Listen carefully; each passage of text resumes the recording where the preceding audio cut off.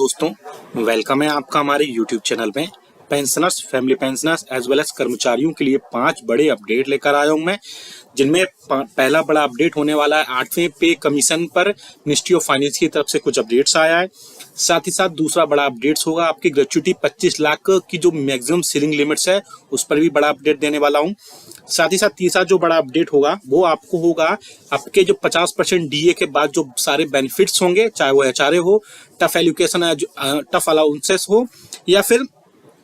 Children education allowances, hostel subsidy allowances या जो other allowances है उस पर क्या अपडेट आया वो भी मैं बताने वाला हूं। साथ ही साथ एक और आपके लिए खुशखबरी है, जुलाई 2024 से आपका डीए 53% होने वाला है या 54 तक भी पहुंच सकता है। फाइनली फरवरी, मार्च और अप्रैल का all India consumer price index का डेटा, जैसे कि मैंने बोला था कि रिजल्ट्स के इलेक्शन के रिजल्ट्स के बाद अपलोड हो जाएगा, तो वैसा ही हुआ और वो अपडेट कर दिया गया है। 5वीं बड़ी अपडेट आपके कंप्यूटर अलाउंसेस को लेकर भी आ रही है, तो 5 बड़े अपडेट में तो कंप्यूटर एजुकेशन कंप्यूटर अलाउंसेस पर एक बड़ी अपडेट आई है। उसमें आपको रेट ऑफ इंटरेस्ट जारी कर दी गई है हाल में, जो कि काफी दिनों से नहीं पब्लिश की जा रही थी। तो 5 बड़े अपडेट में इस वीडियो में आपको देने वाला हूं, इसलिए इस वीडियो को पूरा लास्ट तक देखिएगा। बहुत ही इंपॉर्टेंट ये वीडियो हो सकते हैं, थोड़ा सा वीडियो लॉन्ग हो सकता है, लेकिन आपको बहुत ही अच्छी जानकारी, अच्छी अपडेट्स, अच्छी इन्फॉर्मेशन आपको देखने को इस वीडियो में जरूर मिलेंगे। वीडियो अच्छा लगा तो लाइक अभी से कर दीजिएगा। साथ ही साथ आप अगर हमारे चैनल पर पहली बार विजिट कर रहे हैं तो चैनल को फ्री में सब्सक्राइब करना बिल्कुल मत भूलिएगा।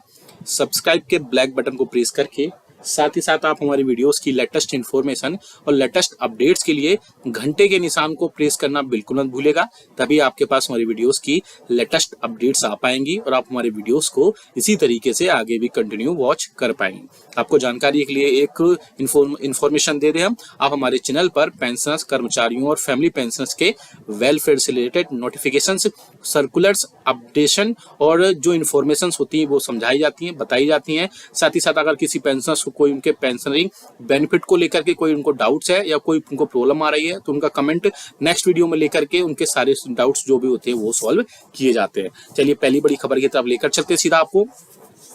जो कि आ रही है 8वें वेतन आयोग के गठन को लेकर के। जैसा कि आप सभी को पता है कि अब सभी जो है डिपार्टमेंट्स अलोकेशन हो गया है गवर्नमेंट्स में। अब इसके बाद में बहुत सारे जो यूनियंस और फेडरेशन है, अब वो सरकार से जो है 8वें वेतन आयोग का गठन करने के लिए सरकार से बोल रहे हैं। जैसे कि बहुत सारे जो यूनियंस और फेडरेशन पहले भी बोले थे कि सरकार जल्द से जल्द 8वें वेतन आयोग का गठन करे, क्योंकि 2016 में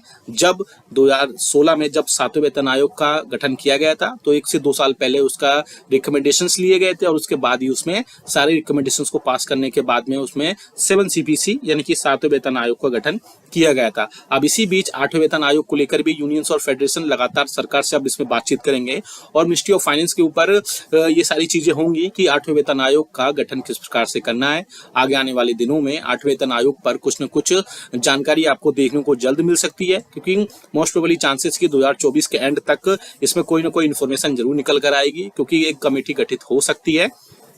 हालांकि सरकार पहले भी बोल चुकी थी कि 8वें वेतन आयोग पर कुछ दिनों पहले या कुछ मंथ्स पहले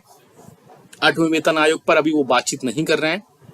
ना ही मिनिस्ट्रियल और ना ही इंटर मिनिस्ट्रियल। लेकिन गवर्नमेंट ने ये कभी नहीं बोला कि 8वें वेतन आयोग नहीं आएगा। 8वें वेतन आयोग अगर नहीं आएगा तो उसके बदले आपको हो सकता है आने वाले दिनों में कुछ और उसके बदले पे रिवीजन देखने को मिले। बहुत सारे लोग बैकवर्ड फॉर्मूला और अदर चीजों पर भी बोल रहे थे, लेकिन अभी इन सब चीजों पर बात करना बहुत जल्दबाजी होगी। अभी कुछ दिनों बाद क्लियर होगा कि मिनिस्ट्री ऑफ फाइनेंस 8वें वेतन आयोग पर क्या अपडेट निकल आता है। चलिए दूसरी बड़ी खबर पर लेकर चलते हैं, जो कि आ रही ग्रेच्युटी को लेकर के। मैं आपको बता दूं ग्रेच्युटी आपकी 25 लाख नहीं हुई है, एक्चुअली क्या अप टू 25 लाख है, यानी जिनको जिस हिसाब से मिल रही है, अगर उनको 20 लाख से ऊपर पहुंच रही है, अगर किसी की 21 लाख है, 22 लाख है, तो उनको उस 20 लाख से ऊपर जो ग्रेच्युटी है वो उनको प्रोवाइड की जाएगी। ये 25 लाख अप टू है, यानी कि आपको मैक्सिमम सीलिंग लिमिट जो है ग्रेच्युटी की 25 लाख है। इसलिए जो पेंशनर्स को भी मुझे कमेंट्स किए जा रहे थे कि पेंशनर्स को 25 लाख नहीं मिल रहा है ग्रेच्युटी में, किसी को 21 मिल रहा है, किसी को 22 मिल रहा है, तो जितनी साल की आपकी ग्रेच्युटी बनती है या जितने पैसे जितने रुपए आपकी ग्रेच्युटी बनती है, 20 लाख से अगर नीचे है तो 20 लाख ही भी आपको मिलेगी, और 20 लाख के ऊपर जितनी बनेगी, सपोज किसी की 21 है, 22 है, 23, 24 है, अगर किसी की 25 लाख है तो उसको 25 लाख तक ग्रेच्युटी उसको प्रोवाइड कराई जाएगी। हर पेंशनर्स को 25 लाख रुपए नहीं बनती है, ग्रेच्युटी आपकी सर्विस पर डिपेंड करती है, जितनी आपकी सर्विस होती है उसी के हिसाब से आपको ग्रेच्युटी गवर्नमेंट वहां पर प्रोवाइड कराई जाती है, जिसकी सीलिंग लिमिट अब डीए 50% होने के बाद में अब 25 लाख कर दी गई है, जिसकी सीलिंग लिमिट अब प्रेजेंट में है। अब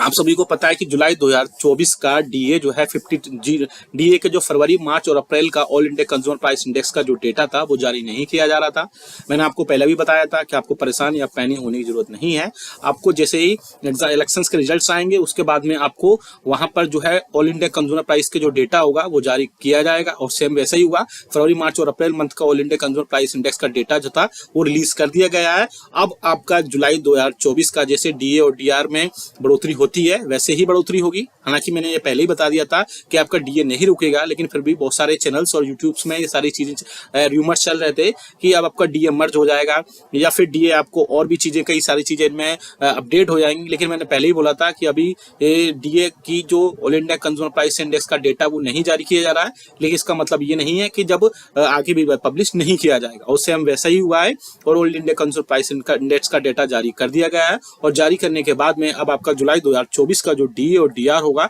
वो मोस्ट प्रोबेबली चांसेस है कि 53% तक जाए, क्योंकि डीए में के जो आंकड़े थे उनमें बहुत ज्यादा बढ़ोतरी नहीं हो पाई है। जैसे पिछले समय से बढ़ोतरी हो रही थी, पिछले 2 साल से करीब 4% तक आपका डीए और डीआर में हर 6 मंथ में बढ़ोतरी हो रही थी। लेकिन इस बार का जो डीए और डीआर का oil India consumer price index का डेटा निकल कर आया है उसमें इतनी ज्यादा बढ़ोतरी नहीं देखने को मिल रही है। मोस्ट प्रोबेबली चांसेस है 53% तक इसको प्रोवाइड कराया जाएगा। लेकिन अगर डेटा में बहुत ज्यादा अनएक्सपेक्टेड बढ़ोतरी होती है तो 54% तक पहुंच जाएगा, लेकिन अकॉर्डिंग टू मी 53% तक आपका डीए और डीआर इस बार रह सकता है। अब बात करते हैं कि 50% जब अब डीए और डीआर जब अनाउंस हो चुका है, 50% के पार जब डीए जा चुका है,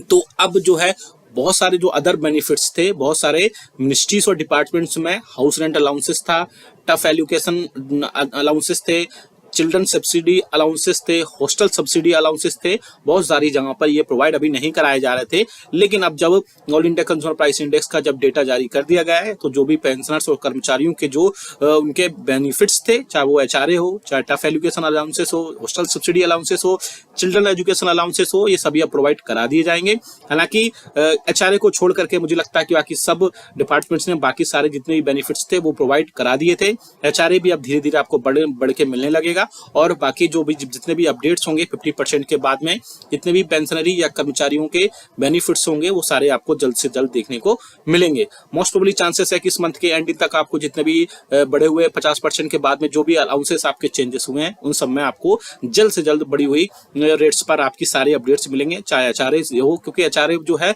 वो सिटीज के हिसाब से एक्स, वाई और जेड सिटीज के हिसाब से 1%, 3%, 2% और 1%, यानी कि 8, 16 और 24 के बाद में अब 9, 18, 27 के बाद में अब 10, 20 और 30% एचआरए बढ़ जाएगा, जिससे कर्मचारियों को काफी ज्यादा बेनिफिट इसमें मिलेगा। आप हमें कमेंट करके जरूर बताएगा कि आपके हिसाब से 8वें वेतन आयोग पर क्या आपकी राय है। साथ ही साथ आपको अगर 50% डीए के बाद में कितने, आपको क्या लगता है कि जुलाई 2024 में कितने प्रतिशत तक डीए और डीआर बढ़ेगा, आप हमें कमेंट करके वो भी बताएगा। या फिर आपको कोई प्रॉब्लम है पेंशनरी बेनिफिट को लेकर के, इवन कर्मचारियों को भी, तो आप हमें कमेंट बॉक्स में कमेंट जरूर लिखिएगा। हम आपको वहां से पूरा सॉल्व करने की पूरी कोशिश करेंगे।